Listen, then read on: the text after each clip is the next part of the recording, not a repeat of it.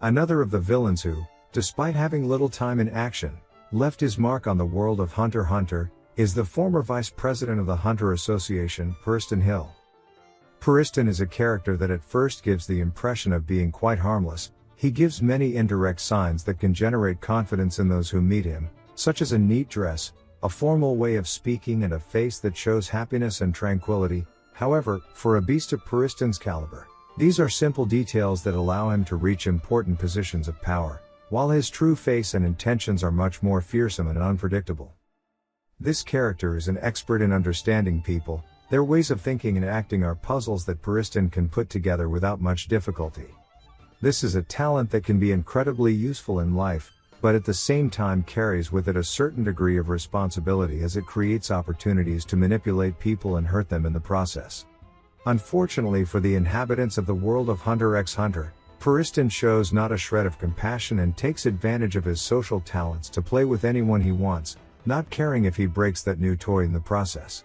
To him, lying and bending the rules is as natural as drinking water, and he feels no remorse whatsoever. He is very detached from the opinion of others as well as his own well-being, and this allows him to always be calm and think of new strategies. For example, he had no problem using Netero's memory to get the Zodiac to do what he wanted. This facility he has for understanding people allows him to predict what they will do with incredible accuracy. Pariston is constantly reflecting on what is going on around him. He is not one to go with the flow. He generates currents, changes them or destroys them according to his preference. Sure, his predictions can sometimes fail, but what makes him so dangerous is that he is aware of this degree of error and is always ready to adjust his calculations and methods to take back control of what is going on in his life. Even when people are aware of his twisted personality, this doesn't stop Pariston from staying in character and finding ways to handle them. Pariston enjoys ruining his plans for other people. Much of what he does doesn't necessarily have an evil or apocalyptic end, but is simply annoying those people so that they lose their cool, get angry, can't think straight, and despise him. Most characters are not able to keep up with him in his mind games. Pariston's thought process is different than most. He does not follow the common and established path in his reasoning. He is constantly pondering other ways to proceed. But there are certain individuals who can resist Pariston's games or even defeat him at times. Ironically, it takes characters who are similar to him to be able to understand and defeat him. These manipulations are a form of entertainment for Pariston, and in their strange way, make him create emotional bonds with those few people who can keep up with him. For example, with Netero or Ging. The fact that Pariston finds happiness when he hurts people and makes them hate him tells you a lot about the peculiarity of his emotions. In his conversation with Ging, Pariston asks if it is really so strange to hurt what you cherish, and he is right about this. It's completely normal for us to hurt each other most deeply with the people we have the strongest ties to. When a complete stranger says something bad about you, or attacks you in any way, it will be much easier to put that incident behind you than it would be for a family member or friend. For example, even when there is strong love between partners, it is common to see jealousy between them to get even for some resentment. Siblings know perfectly well what to say to each other to hurt each other, and from time to time they will do it, even when there is mutual affection. Emotionally bonding with someone involves creating a certain degree of vulnerability, and it will be virtually inevitable to do some damage to each other. But one must consider how far this damage is being taken to know if the relationship is no longer acceptable. Pariston goes beyond what is acceptable, as he consciously seeks to harm others and takes this to the extreme with all kinds of strategies. This is another aspect in which Ging and Pariston are different.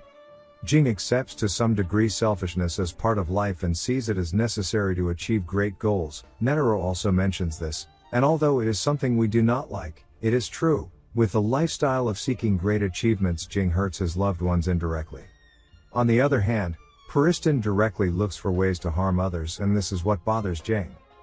Pariston's characteristics make him an excellent fit to inhabit the world of politics.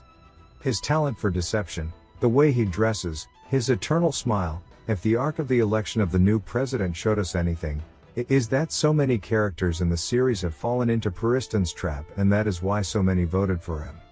This character has a natural talent for talking to the masses and giving them messages that motivate them to behave the way he wants them to.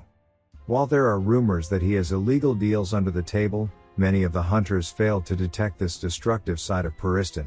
They were convinced by the act he showed them and put their trust in him. He is a politician who is making a mockery of politics and how easy it is to manipulate. Now that we have seen the direction the story took during the journey to the Dark Continent, it seems to me that Pariston's character was an excellent introduction to that whole world of politics within Hunter x Hunter.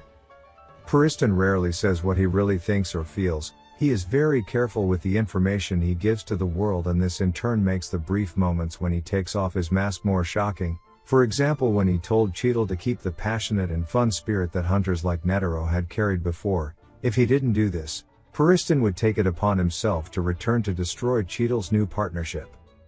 But Pariston's end does not lie in destroying in the most efficient way possible.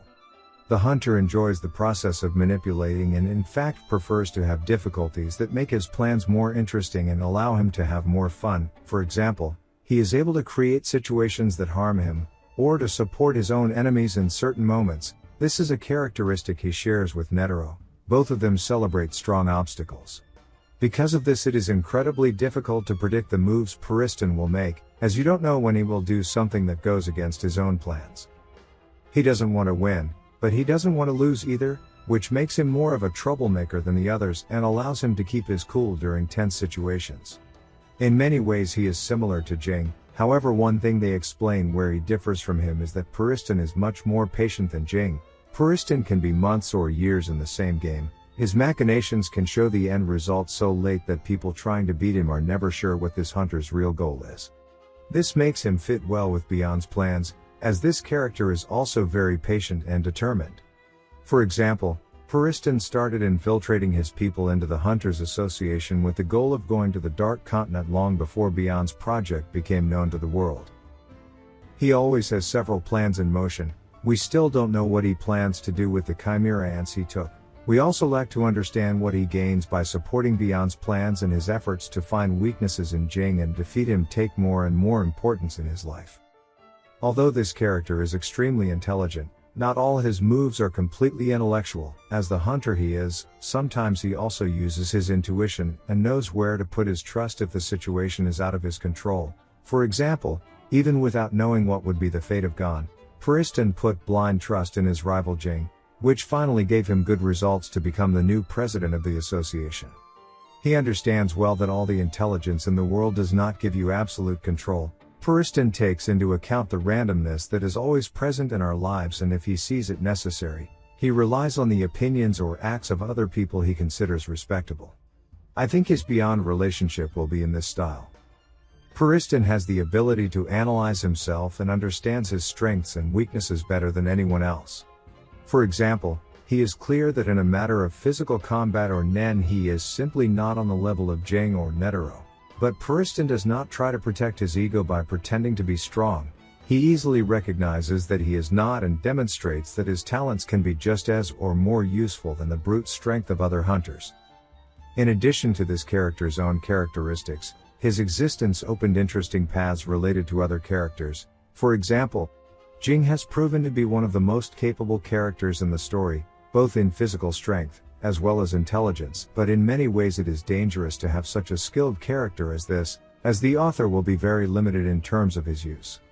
That is, Ging cannot participate in any situation in the story because in theory he would have the necessary resources to solve a large number of problems.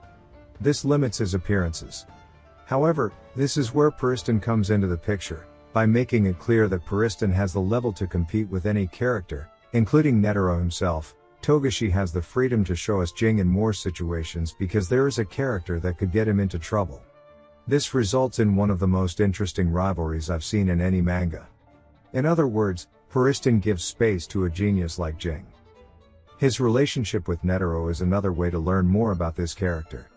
Pariston shows a huge lack of empathy and a detachment from humanity in general. However, there is one very clear exception: his interaction with Isaac Netero. The former president became an important figure in Pariston's life. It is difficult to describe the nature of this relationship because Togashi showed us very little of it, but from what we can see, Netero and Pariston maintained a sort of friendship in which they both constantly challenged each other, making their lives fun and problematic at the same time. Both in his conversation with Cheadle and in Ging's, Pariston shows a strange seriousness when it comes to Netero's memory. As if for a few seconds he steps out of the persona he maintains in public and lets his true emotions flow. The way Pariston is still very interested in the Hunter Association continuing Netero's methods and his spirit, even after his death, shows a real fondness for the old man. Perhaps Netero became a sort of father figure in Pariston's eyes. This would certainly be a twisted relationship, but, as Netero said, it's normal for hunters to be a bunch of selfish eccentrics. Another aspect that I liked about Pariston is that he does not consider himself strong, at least as far as physical capabilities are concerned, and this has also been confirmed by Ging, mentioning that he could beat him with brute force at any time. Pariston appreciates his intelligence above any other characteristic. He understands the in-Rome capacity he has in this aspect, and apparently, he preferred not to spend too much time increasing his physical power. This, in a way, protects him from being challenged in physical combat. Ging mentions that to defeat Pariston it would not be enough to beat him unconscious, it is necessary to frustrate his games, defeat him in the intellectual realm and break his spirit. We can understand that Netero came to the same conclusion and, although he did appreciate physical combat, he still wanted to have Pariston as his vice president in order to be able to have intelligence duels constantly, recognizing that this form of power is also very valuable. Knowing this, I would venture to say that Pariston's Nan ability will probably be related to intelligence. Perhaps also to manipulation. Pariston's involvement in the Hunter x Hunter story is one of my favorites, since as the current president of the Hunter Association said, Pariston is a beast that cannot be tamed.